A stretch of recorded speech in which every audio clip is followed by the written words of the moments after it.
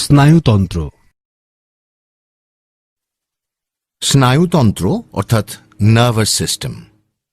প্রাণীদেহে এমন একটি তন্ত্র আছে যার সাহায্যে বাইরে থেকে আসা যে কোনো উদ্দীপনাকে, যেমন তাপ, চাপ বা আলো ইত্যাদি, প্রাণীদেহ গ্রহণ করতে পারে। শুধু তাই নয়, এই উদ্দীপনায় প্রাণীদেহ সাড়াও দিতে পারে। ফলে পরিবেশের সাথে প্রাণীদেহের একটা যোগাযোগ গড়ে ওঠে। একেই স্নায়ুতন্ত্র বলে। বলা যায়, স্নায়ুতন্ত্রের কাজ অনেকটা আজকের দিনের টেলিফোন যোগাযোগ ব্যবস্থার মতো।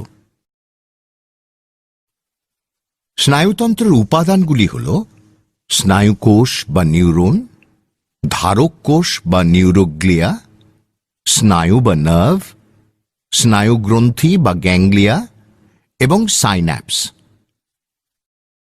স্নায়ুকোষ বা নিউরন কোষদেহ ও আনুষঙ্গিক শাখা বা প্রবর্ধক নিয়ে গঠিত স্নায়ুতন্ত্রের গঠনগত ও কার্যগত একককে স্নায়ুকোষ বা নিউরন বলে। নিউরন বা স্নায়ুকোষের গঠন। নিউরন তিনটি প্রধান অংশ নিয়ে গঠিত: কোষদেহ, ডেনড্রন, অ্যাক্সন।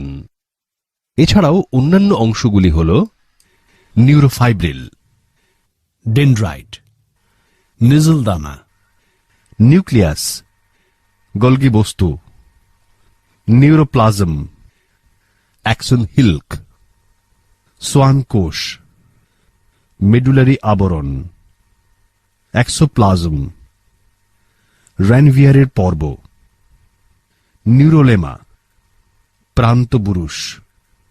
এর মধ্যে নিউক্লিয়াস এবং গলগি বস্তু হল কোষীয় অঙ্গাণু।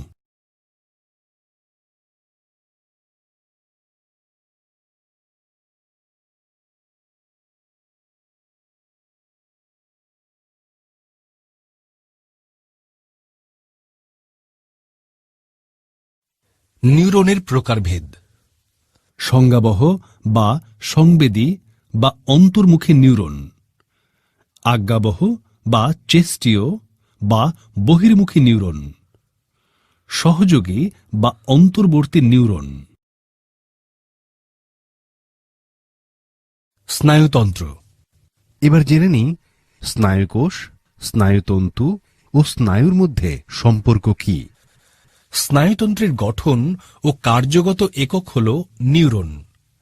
নিউরনের দীর্ঘ প্রবর্ধক, নিউরোলেমা আবরণ ও মেডুলারি আবরণ সহ বা মেডুলারি আবরণবিহীন অ্যাক্সন গঠন করে স্নায়ুতন্ত্র বা নার্ভ ফাইবার।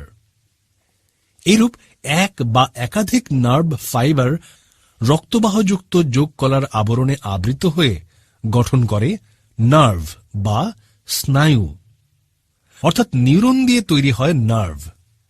কেন্দ্রীয় স্নায়ুতন্ত্রে বা গ্যাংলিয়া অংশে নিউরনগুলো সাইন্যাপসের সঙ্গে যুক্ত থাকে। নিউরন নিয়ে গঠিত হয় মানুষের নার্ভাস সিস্টেম বা স্নায়ুতন্ত্র, যা অনেকগুলি স্নায়ু নিয়ে গঠিত। স্নায়ুর গঠনগত অংশগুলি হল এন্ডোনিউরিয়াম, স্নায়ুকোষ, পেরিনিউরিয়াম এবং এপিনিউরিয়াম। সাইন্যাপস অঞ্চলের নিউরোহিউমার স্নায়ু স্পন্দন প্রেরণে অংশগ্রহণ করে। নিউরন, নিউরোগ্লিয়া কোষ, নার্ভ ফাইবার ও নার্ভ সম্মিলিতভাবে স্নায়ুতন্ত্র গঠন করে। স্নায়ুগ্রন্থি বা গ্যাংলিয়ন। কতকগুলি নিউরনের কোষদেহ একত্রিত হয়ে সাধারণত আবরণ বেষ্টিত যে স্ফীত অংশ গঠিত হয় তাকে স্নায়ুগ্রন্থি বা গ্যাংলিয়ন বলে। মেরুদণ্ডী প্রাণীদের কেন্দ্রীয় স্নায়ুতন্ত্রের বাইরে প্রান্তীয় স্নায়ুতন্ত্রে গ্যাংলিয়া থাকে। স্নায়ুসন্ধি বা সাইন্যাপস। একটি নিউরনের অ্যাক্সনের শেষ অংশ নিউরনের ডেনড্রন বা অ্যাক্সন বা কোষদেহের মাঝের সংযোগস্থল, যার ভিতর দিয়ে পূর্ববর্তী নিউরন থেকে পরবর্তী নিউরনে স্নায়ুস্পন্দন প্রেরিত হয়, তাকে সাইন্যাপস বলে। স্নায়ুতন্ত্রের প্রকারভেদ। কেন্দ্রীয় স্নায়ুতন্ত্র,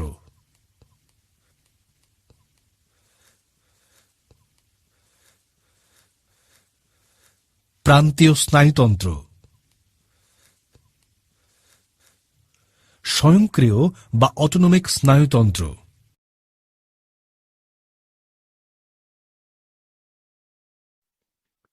কেন্দ্রীয় স্নায়ুতন্ত্র বা সেন্ট্রাল নার্ভাস সিস্টেম। এই নাম থেকেই বুঝতে পারছি এটি স্নায়ুতন্ত্রের সব থেকে গুরুত্বপূর্ণ অংশ।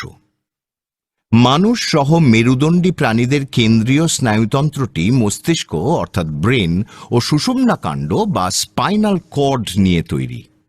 এটি মেনিনজাস আবরণী দিয়ে ঢাকা ফাঁপা নল, যার মধ্যে মস্তিষ্ক সুষুম্না রস বা সেরিব্রোস্পাইনাল ফ্লুইড সিএসএফ থাকে। মস্তিষ্ককে অগ্র, মধ্য ও পশ্চাৎ অংশে ভাগ করা যায়। এদেরও আবার অনেকগুলি ভাগে ভাগ করা হয়। অগ্র মস্তিষ্ক। অগ্রমস্তিষ্কের তিনটি ভাগ হল গুরু মস্তিষ্ক, থ্যালামাস, হাইপোথ্যালামাস।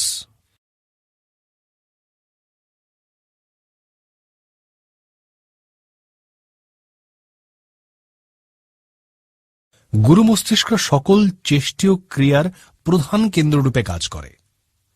চাপ, তাপ, স্পর্শ, যন্ত্রণা প্রভৃতি অনুভূতি গ্রহণ ও তার বিশ্লেষণে সাহায্য করে। দর্শন, শ্রবণ, স্বাদ গ্রহণ, ঘ্রাণ গ্রহণ নিয়ন্ত্রণ করে।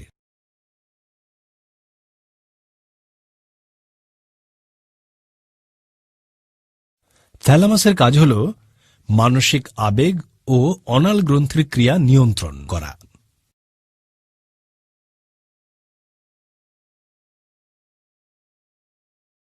হাইপোথ্যালামাসের কাজ হল শ্রবণ, দর্শন, ভারসাম্য রক্ষা ইত্যাদিতে সাহায্য করা।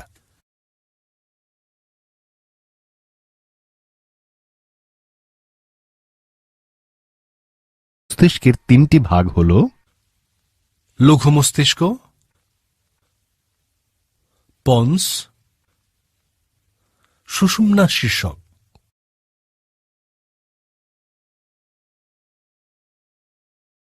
লঘু মস্তিষ্কের কাজ হল দেহের ভারসাম্য রক্ষা করা এবং পেশির কার্যকারিতায় সমন্বয় সাধন করা।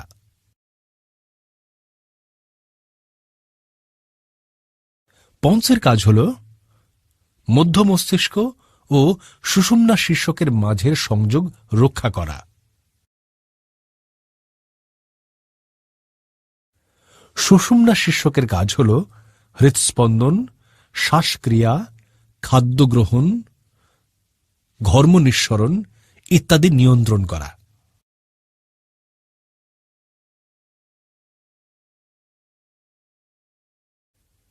পশ্চাৎ মস্তিষ্কের সুষুম্না শীর্ষকের নিচ থেকে উৎপন্ন মেরুদণ্ডের গহ্বরে অবস্থিত ফাঁপা অপেক্ষাকৃত মোটা নলাকার স্নায়ুরজ্জুকে সুষুম্না কাণ্ড বলে। কাজ: প্রতিবর্ত ক্রিয়া নিয়ন্ত্রণ করা, দেহের বিভিন্ন অংশের অনুভূতি মস্তিষ্কে প্রেরণ করা এবং মস্তিষ্কের নির্দেশনা বিভিন্ন অংশে প্রেরণে সাহায্য করা। প্রতিবর্ত ক্রিয়া। তোমার দিকে একটা বল ছুঁড়ে দেওয়া হলো, তুমি অজান্তেই সেই বলটা ধরতে তোমার হাতটা বাড়িয়ে দেবে। সাধারণ ভাষায় একেই প্রতিবর্ত ক্রিয়া বলবো, কিন্তু বিজ্ঞানের ভাষায় বলতে গেলে আমাদের বলতে হবে বাহ্যিক অর্থাৎ পরিবেশের বা প্রাণীদেহের ভেতরে হঠাৎ কোনো উদ্দীপনায় প্রাণীদেহ খুব তাড়াতাড়ি নিজের ইচ্ছের বিরুদ্ধে স্বতঃস্ফূর্তভাবে অর্থাৎ নিজে থেকে যে সাড়া দেয় তাকেই প্রতিবর্ত ক্রিয়া বলে। বিজ্ঞানী প্যাভলভ একে দুভাগে ভাগ করেন: সহজাত প্রতিবর্ত ক্রিয়া ও শর্তাধীন প্রতিবর্ত ক্রিয়া। জ্ঞানেন্দ্রিয়: কুকুর বেড়ালের গোঁফ বা আরশোলার শুঁড় অথবা হাইড্রার কোর্সিকার কথাই ধরা যাক। এই অঙ্গগুলোর সাহায্যে ওইসব প্রাণীরা বাইরের থেকে আসা বিভিন্ন উদ্দীপনা যেমন তাপ, চাপ, স্বাদ, গন্ধ ইত্যাদি বুঝতে পারে। এগুলোই হল জ্ঞানেন্দ্রিয়। আমাদের জ্ঞানেন্দ্রিয় হল 5টা: চোখ, কান, জিভ, ত্বক, নাক। জ্ঞানেন্দ্রিয়গুলির সাহায্যে প্রাণী পরিবেশের সাথে সমন্বয় সাধন করতে পারে। চোখ আলোক সংবেদী গ্রাহক নিয়ে গঠিত প্রাণীর দর্শনেন্দ্রিয় হল চোখ। মানুষের চোখের বিভিন্ন অংশ।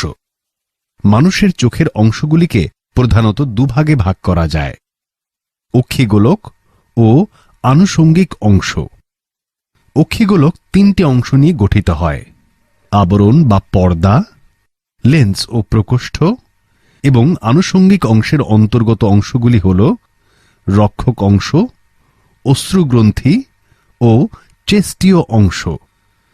রক্ষক অংশকে 4 ভাগে ভাগ করা হয়: ভ্রু, অক্ষিপক্ষ বা আইল্যাশ, অক্ষিপল্লব ও কনজাংটিভা। চেষ্টীয় অংশের অন্তর্গত অংশ হল অক্ষিপেশী। আবরণ বা পর্দা বহির্পর্দা, মধ্যপর্দা ও অন্তর্পর্দা নিয়ে গঠিত। বহিঃপর্দায় কর্নিয়া ও শ্বেতমণ্ডল বা স্ক্লেরা অবস্থান করে। মধ্যপর্দায় আইরিশ, সিলিয়ারি পেশি ও কোরোয়েড অবস্থান করে। অন্তর্পর্দা অক্ষিপট বা রেটিনা নিয়ে গঠিত।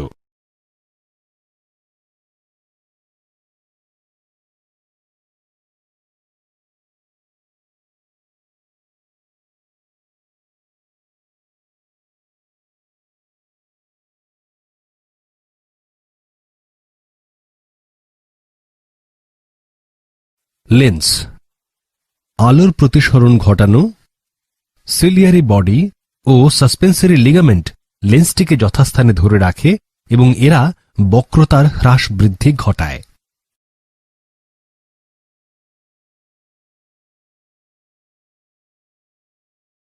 প্রকোষ্ঠ অক্ষিগোলকের আকৃতি দান ও আলোক রশ্মির প্রতিসরণে সাহায্য করে।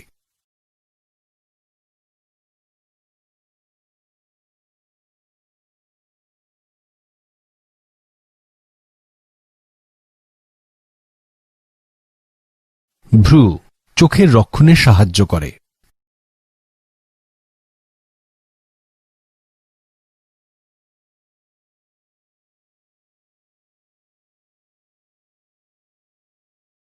কনজাংটিভা চোখের রক্ষণে সাহায্য করে।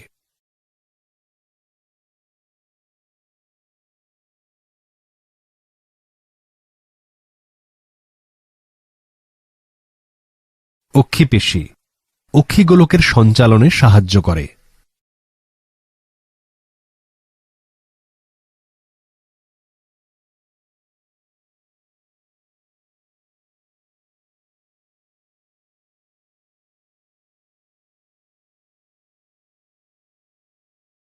কর্নিয়া আলোক প্রতিসারক মাধ্যমরূপে কাজ করে। চোখের ভিতর আলোর প্রবেশে সাহায্য করে।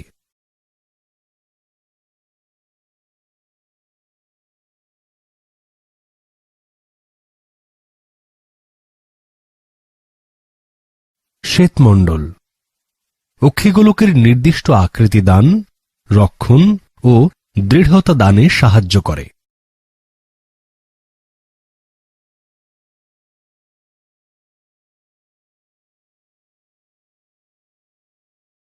কনীনিকা বা আইরিশ লেন্সে আলো পড়া নিয়ন্ত্রণ করে।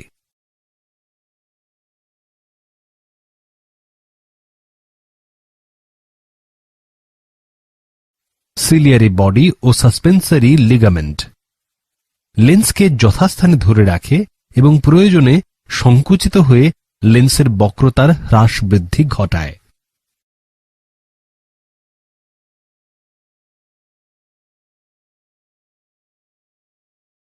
কৃষ্ণমণ্ডল বা কোরোয়েড কালো হওয়ায় অক্ষিগোলকে বিচ্ছুরিত আলোর প্রতিফলন তা রোধ করে।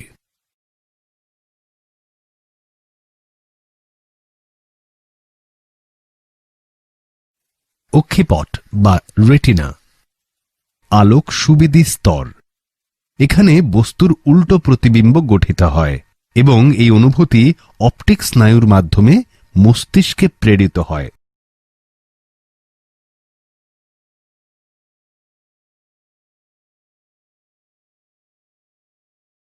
সিলিয়ারি বডি ও সাসপেন্সারি লিগামেন্ট লেন্সকে যথাস্থানে ধরে রাখে এবং প্রয়োজনে সংকুচিত হয়ে লেন্সের বক্রতার হ্রাস বৃদ্ধি ঘটায়।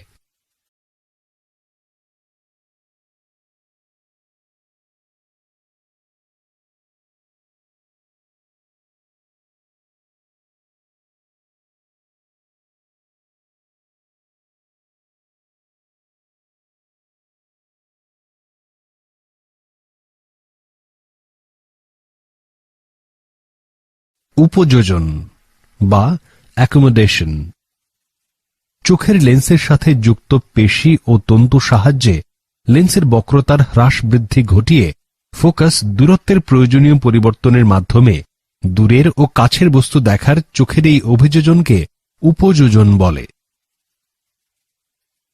দূরের বস্তু দেখার সময় সিলিয়ারি পেশি শিথিল হয়, লেন্স সরু ও লম্বা হয়, ফোকাস দূরত্ব বাড়ে।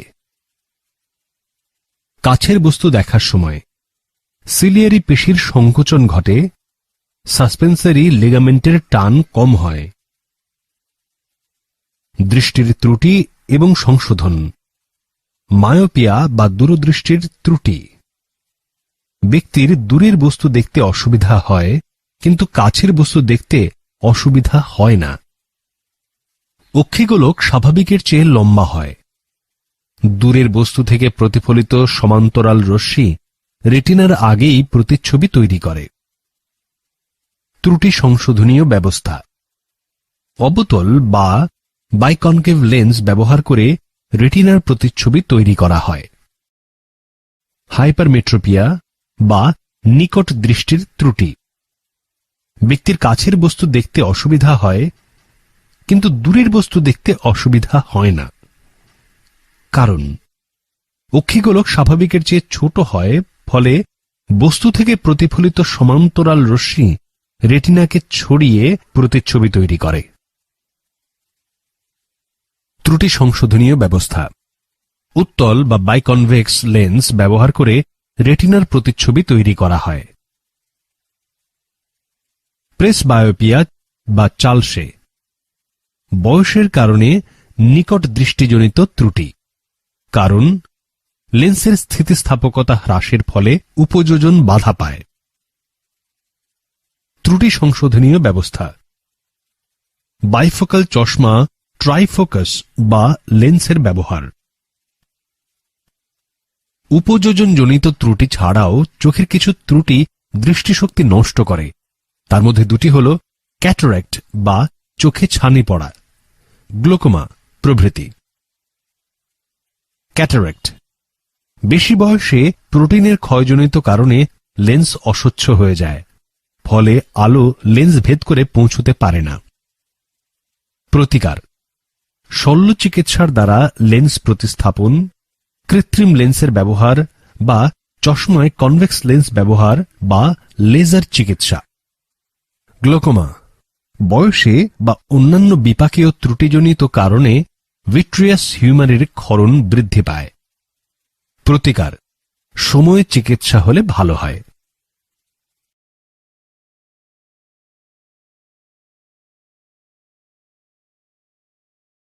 প্রাণীদের সাড়া প্রদানের একটি প্রকার হিসেবে গমন। জীবীদের চলন ছাড়া গমন অসম্ভব। কোনো প্রাণীর সমগ্র দেহের সঞ্চালন হলে তবেই গমন ঘটে। জৈবিক প্রয়োজনে কোনো জীব উদ্দীপকের প্রভাবে বা স্বতঃস্ফূর্তভাবে অঙ্গ সঞ্চালনের মাধ্যমে সমগ্র দেহকে যখন অন্য স্থানে নিয়ে যায়, তখন তাকে গমন বলে। গমনের বিভিন্ন উদ্দেশ্যগুলিও আমাদের জানা দরকার। এগুলি হল, প্রথম, খাদ্যের অনুসন্ধান। যেহেতু প্রাণীরা নিজেদের দেহে খাদ্য প্রস্তুত করতে পারে না, তাই খাদ্য সংগ্রহ করতে এক জায়গা থেকে অন্য জায়গায় গমন করতে হয়। তারপরে আশ্রয় সন্ধান। বিভিন্ন প্রাকৃতিক দুর্যোগ বা প্রতিকূল অবস্থা থেকে বাঁচার জন্য জীবকে গমন করতে হয়। তারপরে আত্মরক্ষা। শত্রুর হাত থেকে বাঁচবার জন্য বিভিন্ন প্রাণীকে গমনের ওপর নির্ভর করতে হয়। এছাড়াও বংশ বিস্তারের উদ্দেশ্যে সঙ্গী নির্বাচনের ক্ষেত্রেও গমন প্রয়োজন।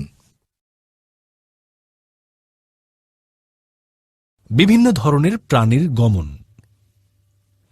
সিউডোপোডিয়া বা ক্ষণপদের সাহায্যে জীবের স্থানান্তরিত হওয়াকে অ্যামিবয়েড গমন বলে। গমনের সময় ক্ষণপদ সৃষ্টি করে কোনো বস্তুর সঙ্গে নিজেকে আটকায়। এই সময় সাইটোপ্লাজমে ক্ষণপদের সামনের অংশ চলে আসে এবং পিছনের অংশ গুটিয়ে যায়। এর ফলে অ্যামিবা কিছুটা সামনে এগিয়ে আসে। এইভাবে বারবার অনুসরণে অ্যামিবার গমন ঘটে।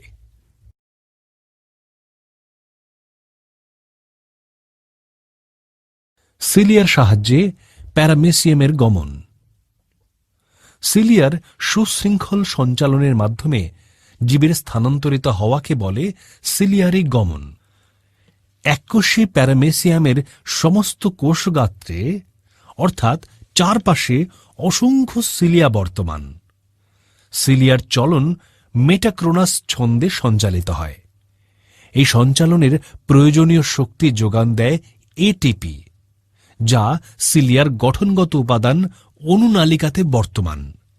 সিলিয়া দ্বারা গমন ঘটে বলে একে সিলিয়ারি গমন বলে।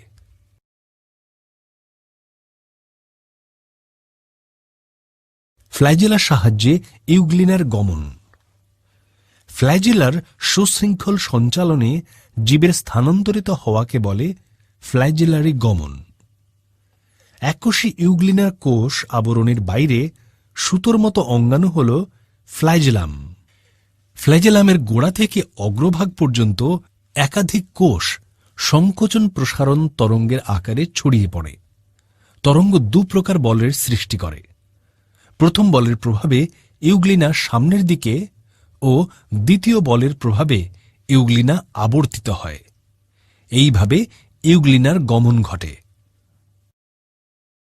মাছের সন্তরণ। মাছের গমন অর্থাৎ সন্তরণে সাহায্যকারী প্রধান গমন অঙ্গগুলি হল মেরুদণ্ডের দুপাশে ভি আকৃতিতে সাজানো মায়োটম পেশি এবং ফিনরেযুক্ত 7টি পাখনা।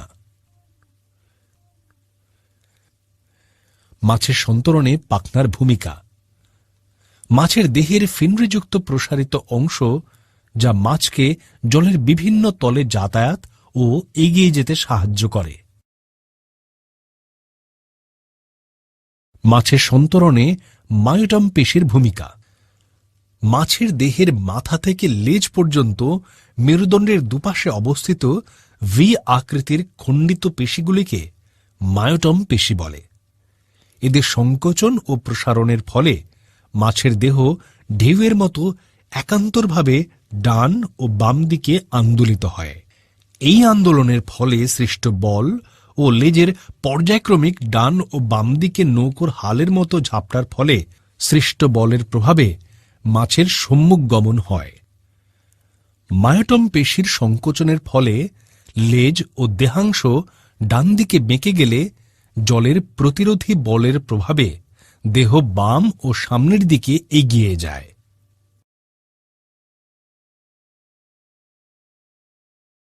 পাখির উড্ডয়ন। অধিকাংশ পাখি নভশ্চর বা খেচর অর্থাৎ উড়ে স্থানান্তরিত হয়। একে বলে উড্ডয়ন। পাখির উড্ডয়নে সাহায্যকারী অঙ্গগুলি হল ডানা, উড্ডয়ন পালক ও উড্ডয়ন পেশি। পাখির উড্ডয়ন দু প্রকারের দেখতে পাওয়া যায়, ফ্ল্যাপিং ও গ্লাইডিং। ফ্ল্যাপিং ওড়বার সময় পিঠের দুপাশে গোটানো দুটি ডানা পেক্টোরালিস মেজর ও কোরাকোব্রকিয়ালি পেশির সংকোচনে নিচের দিকে নেমে আসে। ডানা নামার সময় পেশি সংকোচনের জন্য ডানার পালকগুলি কাছাকাছি আসে। এর পরবর্তী পর্যায়ে পেক্টোরালিস মাইনর পেশি সংকুচিত হয়। ডানা ওঠবার সময় পালক পেশি শিথিল হওয়ার দরুন পালকগুলি পরস্পরের থেকে দূরে সরে যায় ও ফাঁক তৈরি হয়। পাখির লেজের রেক্ট্রিসেস পালকগুলি হালের মতো কাজ করে দিক নির্ণয় করে, পাখিকে এগিয়ে নিয়ে যাওয়ার ও দেহকে উপরে ওঠাবার বল রেমিজেস যোগায়। গ্লাইডিং, ডানা দুটিকে প্রসারিত করে বাতাসে ভেসে থাকাকে গ্লাইডিং বলে।